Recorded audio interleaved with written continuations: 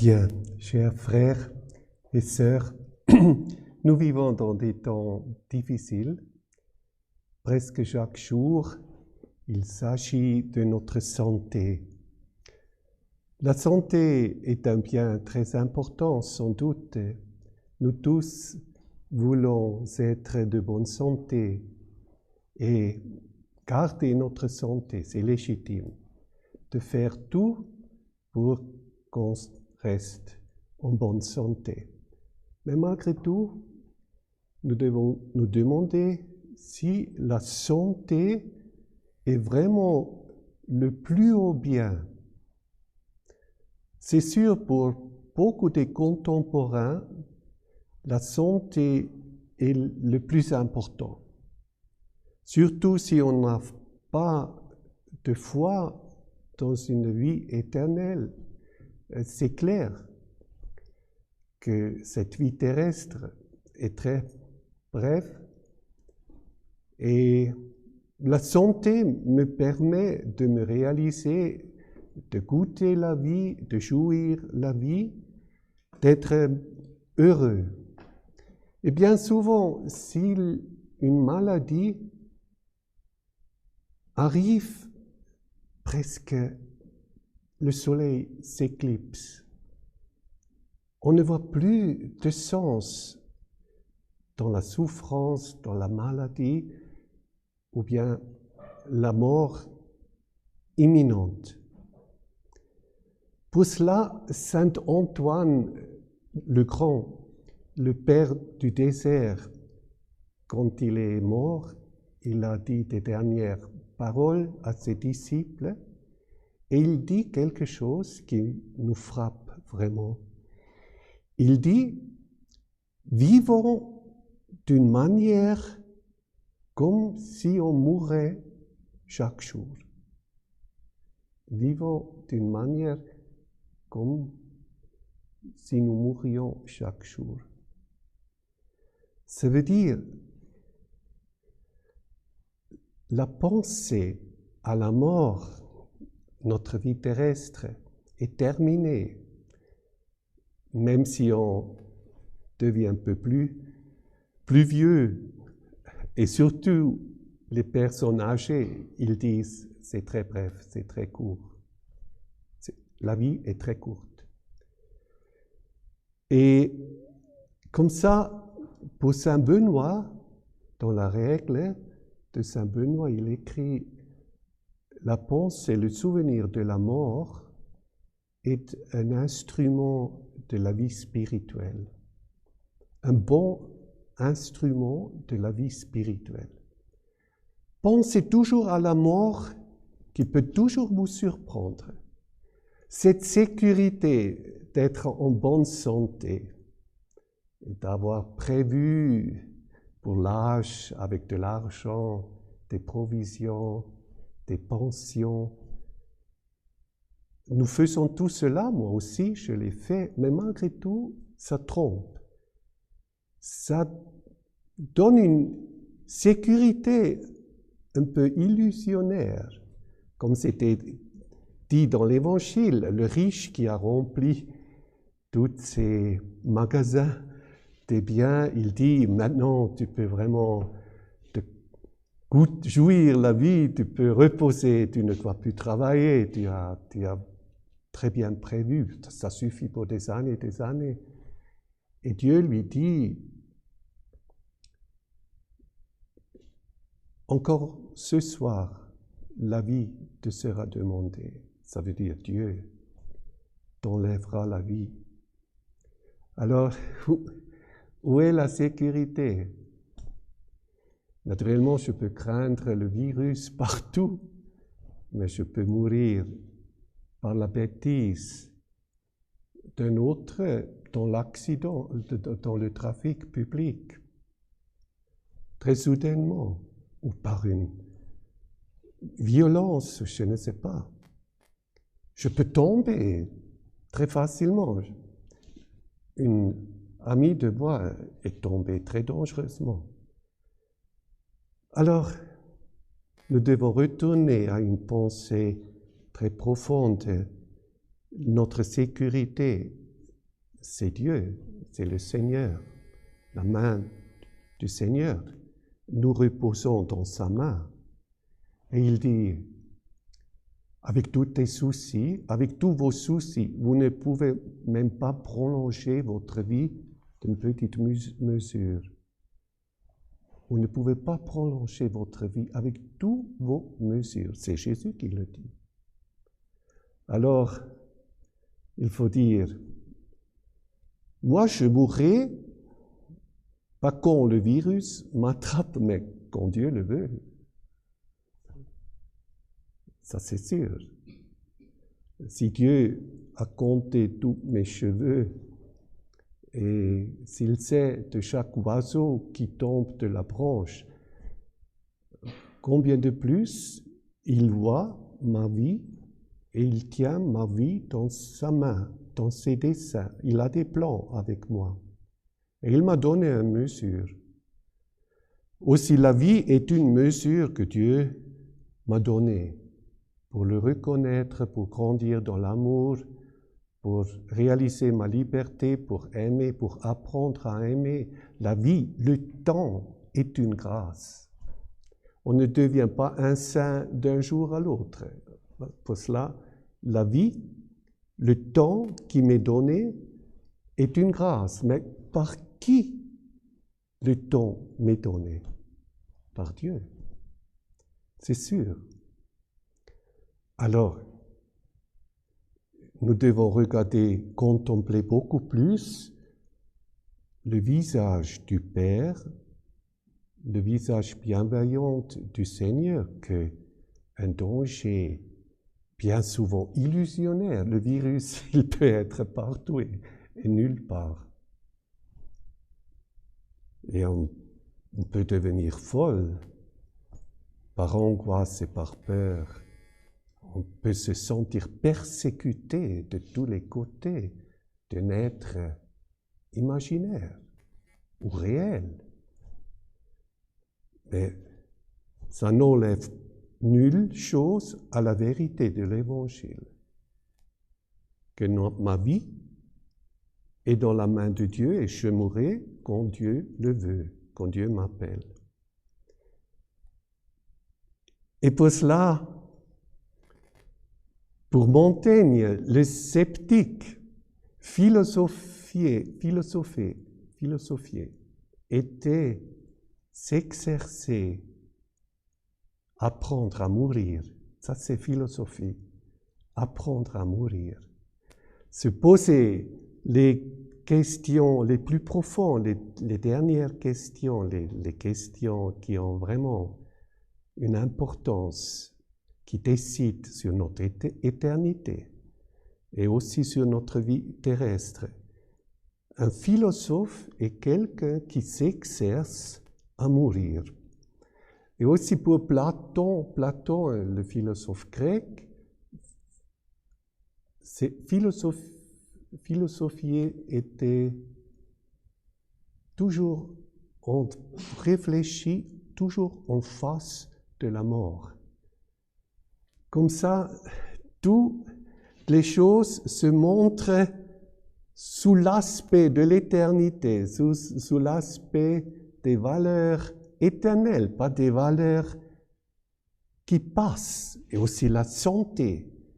C'est une valeur, oui, mais c'est une valeur qui passera. Une valeur qui passe. La plupart des personnes meurent à cause d'une maladie. Quelquefois, on se moque un peu des sportifs qui s'exercent chaque jour pour rester jusqu'à 80 ans, vraiment vital. Et les langues mauvaises disent, ils vont mourir plus sainement que moi, qui mourra malade, et lui, il mourra plus sain. Mais il mourra. Ça c'est sûr. Et pour cela, Socrate, qui a dû boire un poison, un poison, oui. Parce qu'il a eu des idées. L'État a pensé ces idées. Lui, aux jeunes, il détourne la tête des jeunes avec ses idées. Alors, ils l'ont condamné à mort. Il aurait pu s'enfuir, mais il n'a pas voulu. Il a voulu rester fidèle à sa conscience. Et dans sa conscience, il était convaincu que l'âme de l'homme est immortelle. Et pour cela, il dit à ses disciples, à ses élèves, il dit de immoler un coq pour remercier le Dieu Asclépios parce qu'il va être guéri d'une grande maladie en mourant. Il va être guéri d'une grande maladie en mourant. Et cette maladie, c'était la vie. C'est drôle, hein? Il voit la vie d'une autre manière. Combien la vie est limitée, combien de souffrances il y a dans la vie, combien de questions qui ne trouvent pas de réponse, combien de désirs les plus profonds de l'âme, de nostalgie. Nous avons une intuition de Dieu, du divin. Nous avons une intuition du ciel qui surpasse toute idée. Et malgré tout, c'est dans le plus profond de notre âme qu'on a, comme la petite Thérèse dit, on ressent dans le plus profond, il doit avoir quelque chose qui surpasse toutes nos attentes. Et cette intuition, Socrate, il avait, pour cela, il a considéré la vie comme un bien, mais très limité. Un bien qui ne peut pas s'achever dans ce monde, ici-bas, mais seulement dans toute l'éternité où toutes les limites de notre esprit sont enlevées. Et nous verrons Dieu et la vérité, et aussi nous-mêmes dans la lumière de Dieu, tel qu'il est. Maintenant, nous considérons Dieu seulement dans des idées imparfaites. Et dans ce long film, Le Grand Silence, là où c'est montré la vie des moines dans la Chartreuse, et on ne parle pas, il n'y a aucun qui parle, il n'y a pas non plus de la musique, seulement le silence, 3 heures de silence. On ressent la vie des moines. Seulement à la fin de ce long film, il y a un moine très âgé qui parle, mais il dit très peu. Mais il est aveugle, Mais il dit des choses très importantes. Il dit, de plus qu'on se rapproche de Dieu, de plus heureux on devient. C'est ça l'achèvement de notre vie. Et il dit, je remercie Dieu qu'il m'a fait tomber aveugle.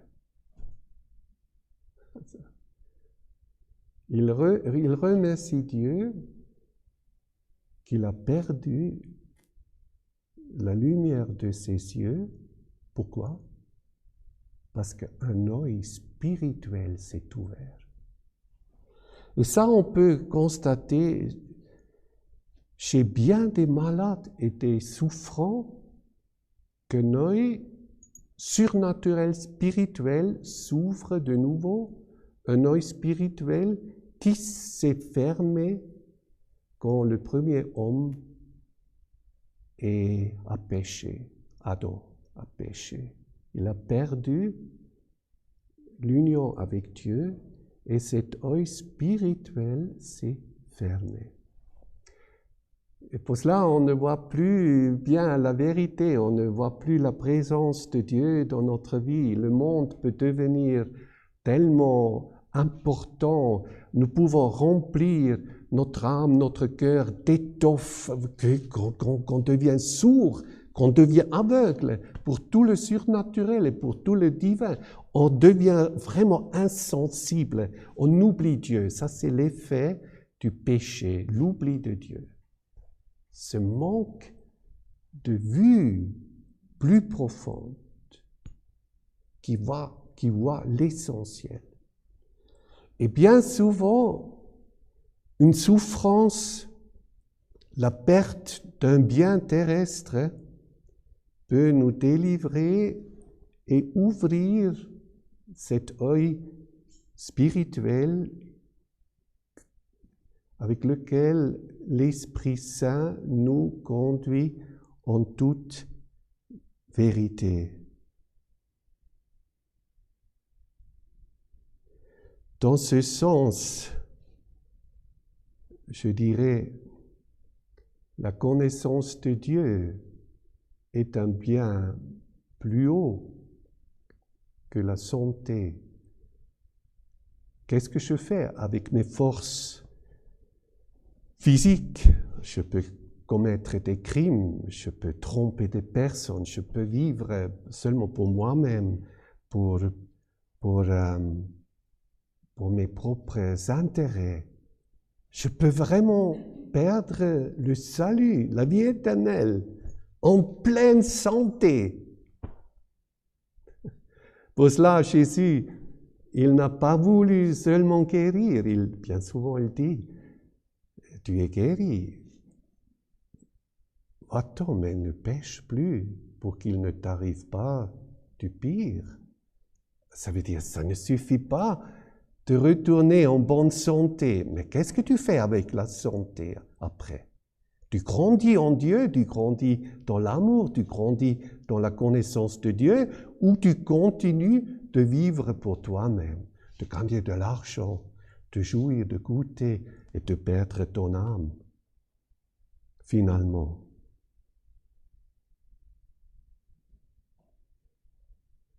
Alors, Jésus a voulu guérir, mais il a toujours demandé la foi, parce que c'était plus important de le reconnaître, de l'accepter, le Fils de l'homme, par la foi que d'être guéri. Ta foi t'a guéri. Crois-tu au Fils de l'homme? Mais qui c'est, Seigneur? Celui qui te parle. L'aveugle guéri. Oui, je crois. Et il est tombé en genoux. Il a adoré. Mais cette connaissance de Dieu, ça c'est... Et ma tante qui est morte du cancer, elle a écrit un petit billet. On a vu après la mort. Elle a dit, on ne peut pas prolonger la vie, mais approfondir. On peut s'approfondir. Quelquefois, une souffrance, ça peut être une éternité, ça peut être très existentiel. Mais dans des semaines, des mois, des heures de souffrance, l'âme peut tellement grandir et entrer dans la divinité comme si ça ne serait pas possible sans cette expérience de la souffrance. Moi, dans ma jeunesse, j'ai accompagné une amie de mes parents et qui est morte, une femme qui est morte de cancer. Et avant de tomber malade, j'ai souvent regardé un peu dans ses yeux et ses yeux m'ont semblé comme un peu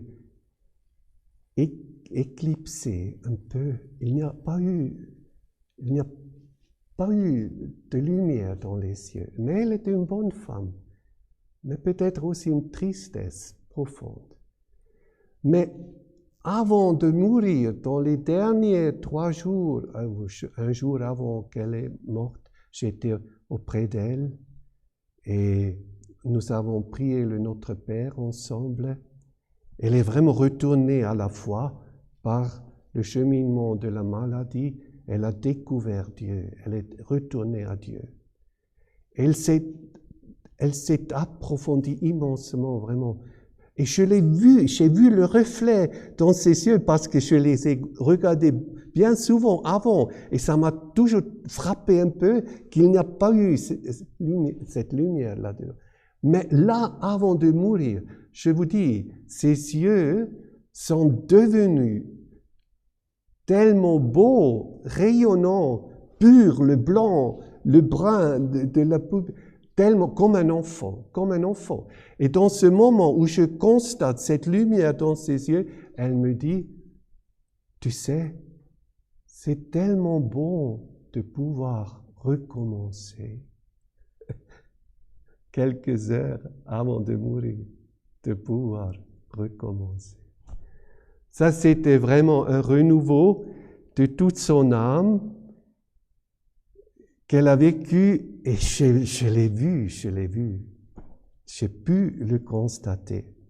Et comme ça, on peut dire, on peut voir, bien souvent le prêtre est un témoin que les âmes, les personnes font des grands pas par l'expérience d'une maladie ou d'une douleur ou d'une obscurité. Dans ce sens, goûter la vie, santé, ce n'est pas le plus haut bien, mais c'est ce qui nous sert à la vie éternelle. Et pour cela, Platon, le philosophe grec de nouveau, déjà avant 3-4 siècles avant le Christ, dit ce souci continuel de la santé est aussi une maladie. C'est Platon qui dit. Ce souci continuel, presque comme si on était possédé de ce souci pour notre santé, est aussi une maladie.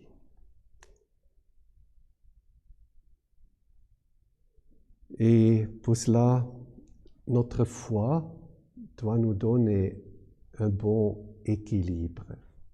Comme nous utilisons les biens de ce monde, comme nous jouissons de notre santé, mais peut-être nous nous préparons aussi à des épreuves. Ce n'est pas sûr que je reste dans cet état jusqu'à la mort. Alors, je dois toujours réfléchir dans la foi et m'ouvrir à la volonté, au dessein de Dieu. C'est possible que en quelques semaines, je tombe malade de ce virus. Peut-être je mourrai. Et on va rappeler cette contemplation et peut-être on va se moquer de moi. Regardez lui qui a prêché. Non, mais je le sais déjà maintenant. Je sais que tout dépend de Dieu. Pour cela, Saint Charles de Foucault, il dit « J'accepte tout si ta volonté se fasse. Je ne désire nulle autre chose, Père, que ta volonté se fasse. Quoi qu'il soit que tu me demandes, je te remercie. » Charles de Foucault. Et il dit, la foi ne craint rien. Et il a été fusillé, tué à la fin. Mais il était dans une attitude qu'il a trouvée en face du Saint-Sacrement. Il a prié beaucoup dans la présence du Saint-Sacrement. Alors, Dieu est toujours parmi nous, pour nous, chrétiens, catholiques. Nous avons l'Eucharistie, le pain de la vie éternelle. Nous touchons le corps du Christ avec nos propres mains. Nous nous unissons au corps du Christ en toute intimité, cœur à cœur, corps à corps. C'est même physiquement. C'est incroyable. Moi, ça m'étonne. Ça m'étonne toujours. Je ne m'habitue pas à l'Eucharistie parce que Jésus a inventé un tel sacrement. C'est moi, il dit, c'est mon corps livré pour vous. Alors nous portons le corps du Christ aux malades. C'est moi, mon corps pour toi. La femme qui habite à mes côtés, elle m'a dit une fois une parole très frappante et on a parlé de la fidélité dans le mariage. Et elle me dit, dans le temps du féminisme, elle me dit, mon corps appartient à mon mari. Ça m'a vraiment bouleversé. Je n'aurais pas attendu une telle parole d'une femme de nos jours. Mon corps appartient à mon mari.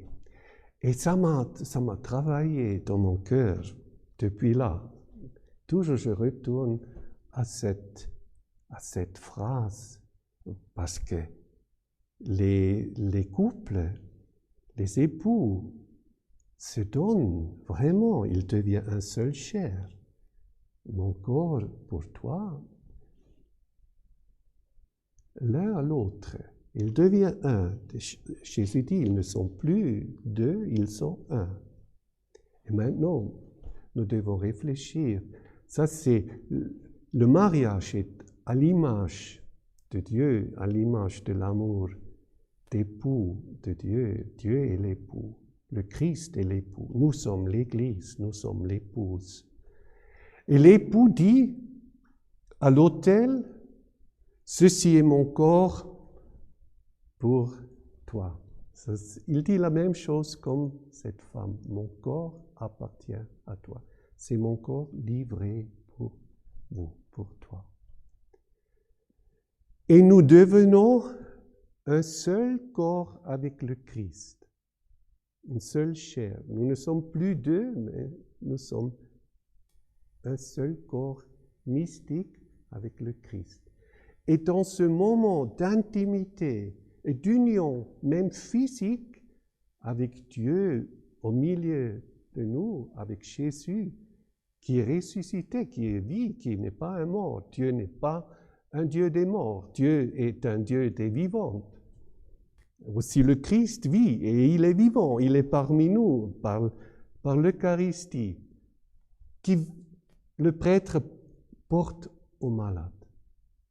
Pour que le malade reçoit cette intimité avec Jésus et dans ce moment-là, il a déjà le ciel en lui.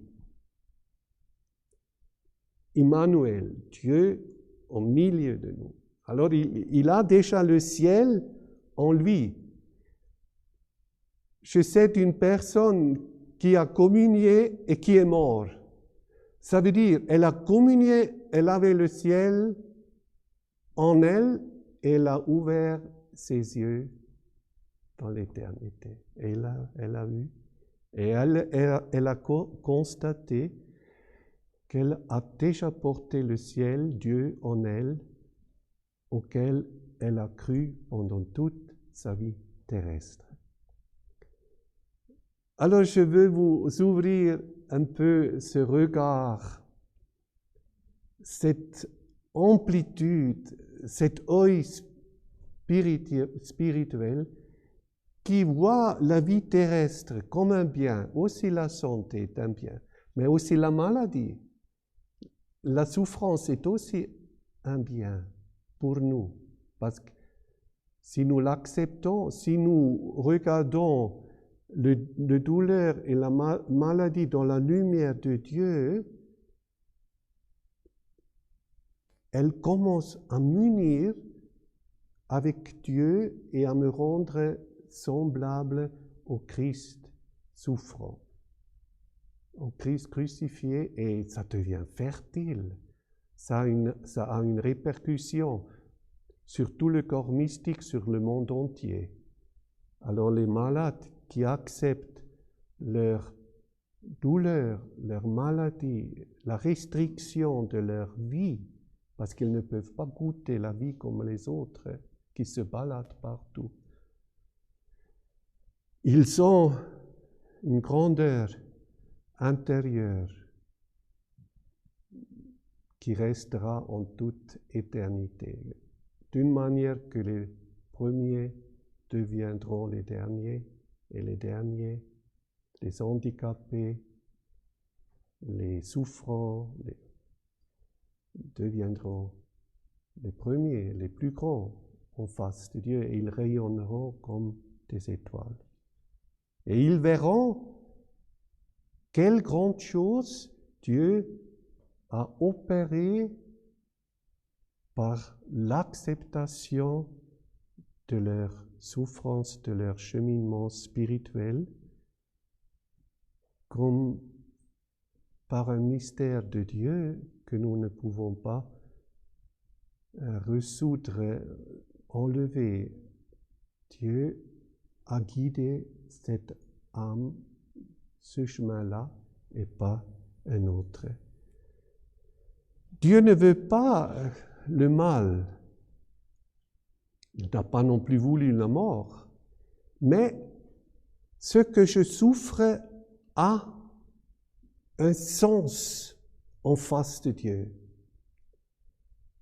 Jésus dit, le Messie ne devait-il pas souffrir tout cela pour entrer de cette manière dans sa gloire éternelle? Alors, Dieu ne veut pas qu'un ami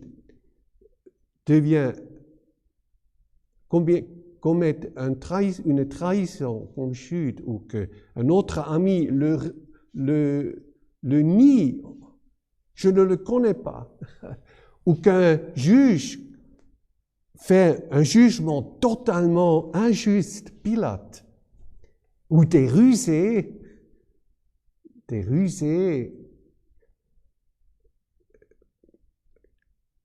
arrivent à éliminer un innocent parce que ça sert à leurs intérêts. Alors tout cela, Dieu ne veut pas. Et malgré tout, Jésus prie que ta volonté se fasse. Pourquoi? Parce que souffrir tout cela avait une signification et une valeur pour Jésus qu'il a voulu librement accepter et souffrir et réaliser. Et comme ça, il dit que ta volonté se fasse. Jude me trahit, Pilate me nie, Pierre me nie, Pilate me condamne. Alors, Dieu ne veut pas le mal, mais Dieu a voulu glorifier son Fils par l'acceptation de ce cheminement et de ce dessein qui a vraiment changé tout dans l'univers. Et pour cela, nous ne devons pas perdre de vue l'Éternel, parce que ça nous rend libres dans cette vie, vis-à-vis de toutes choses qui nous arrivent. Ça nous donne une liberté et aussi un regard plus vrai,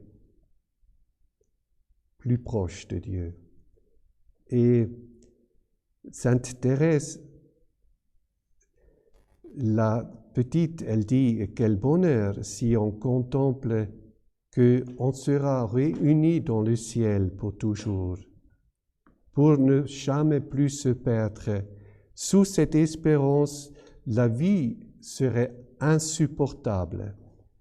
Mais pour les saints, par exemple, Saint Ignace d'Antioche avant le martyre, dans la lettre d'adieu aux Romains, il dit « Ne m'empêchez pas, n'essayez pas que l'empereur me redonne la liberté. Ne faites plus rien chez l'empereur pour me délivrer du martyre, pour m'épargner. Ne m'empêchez pas de gagner la vie. » Il a totalement une autre mesure. Ne m'empêchez pas de gagner la vie en étant jeté au lion. Là, je serai homme. Là, je serai vraiment homme, il écrit. Saint Ignace d'Antioche, un disciple de Saint Pierre et de Saint Jean. Là, je serai homme. Moi, j'entends les sources des eaux vivantes dans moi qui me parlent et qui me disent « Viens au Père ». Ça, c'est ses oreilles et ses yeux ouverts par l'Esprit Saint. Alors, mourir peut être gagner la vie. Et vivre peut être mourir. Et dans cette lumière de l'Évangile, nous voulons toujours avoir courage, le calme intérieur, la confiance au Père, la confiance en Dieu qui décide sur chacune de notre vie. Et maintenant, je vous chante un chant. Et c'est dit dans ce chant, « Père, quand je contemple comment ta sagesse conduit chaque créature, chaque homme, je n'arrive plus à te louer, je ne sais plus comment te louer, je ne trouve plus de paroles pour t'adorer. Si je contemple comme ton amour paternel veille sur chaque homme pendant toute une vie jusqu'à la mort. »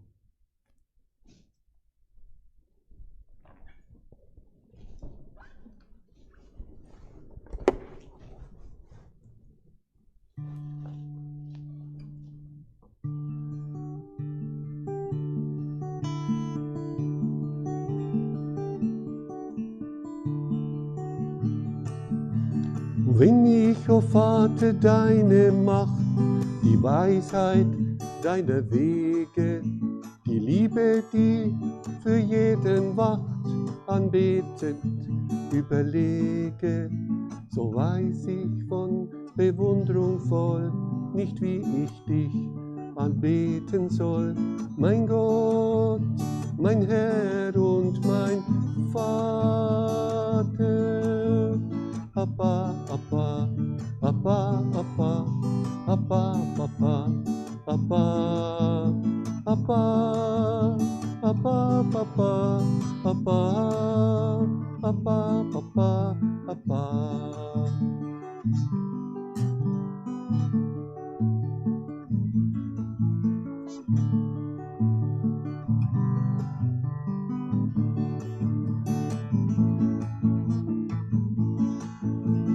Wenn ich, o Vater, deine Macht, die Weisheit deiner Wege, die Liebe, die für jeden wacht, anbetend überlege, so weiß ich von Bewunderung voll, nicht wie ich dich anbeten soll, mein Gott, mein Herr und mein Vater.